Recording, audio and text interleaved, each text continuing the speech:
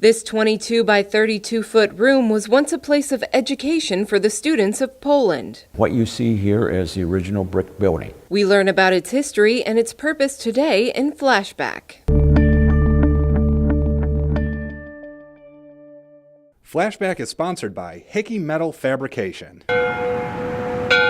If you were a student in Poland Township in the late 18 or early 1900s, that sound meant hurry up and get to school. This is the center of Poland Township, and as a result of that, we used to have an old school, a log school across the road, which was called Poland Center School. And this building too, which was built in 1858, was also called Poland Center School.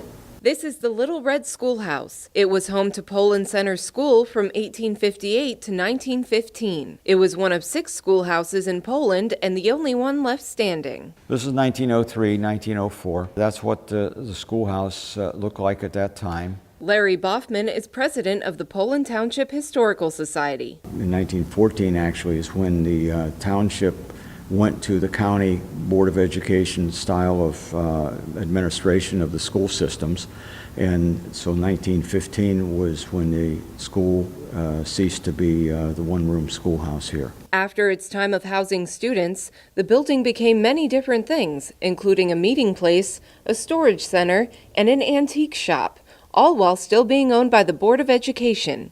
It eventually became vacant and fell into disrepair. The Board of Education tried to sell, in the 1960s, tried to sell the building for a business or whoever wanted to take it over, but they did not get any offers above $25,000, and they felt that it should be worth a lot more than that. In the 1970s, Boffman says a group of concerned citizens formed the Poland Township Historical Society and took over the maintenance of the building, restoring it to what it is today. In 1983, the Board of Education and the Poland Historical Society entered into a 99-year lease at $1 a year. Today, the schoolhouse holds many artifacts from Poland's history, such as this collection of McGuffey readers, developed by one-time Poland seminary teacher William H. McGuffey. For decades, they were the national standard for teaching phonics, reading, and writing. Those readers are the style of reader that they would use when they would do their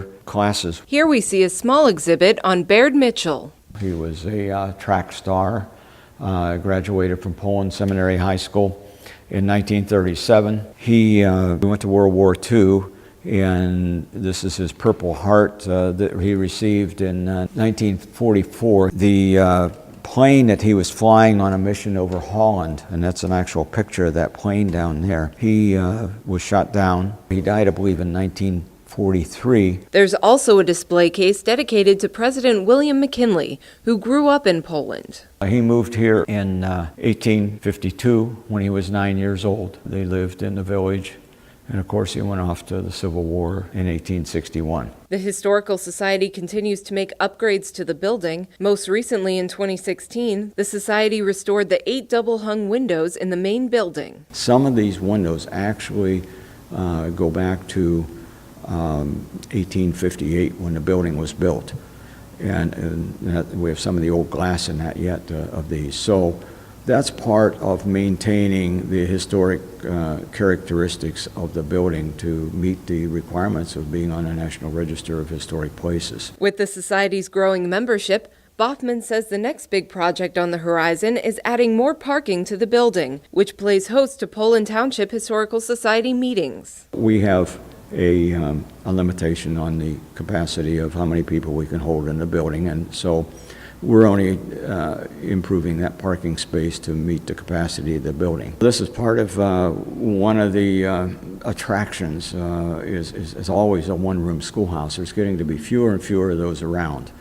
And this has the distinction, too, of being maybe the only one-room schoolhouse still owned by a Board of Education. It's really to maintain the character of and the vintage of what Poland Township is like.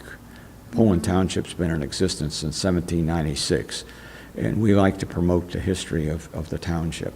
It was Town 1, Range 1, the first township surveyed in 1796. On tomorrow's Daily Buzz, we visit another one-room schoolhouse in Lordstown and learn what education was like in the late 18 and early 1900s. First of all, you had to be able to walk or have your own transportation in order to get there. You can read more about these historic structures in Sarah Kelly's story in the mid-July issue of the Business Journal, out now.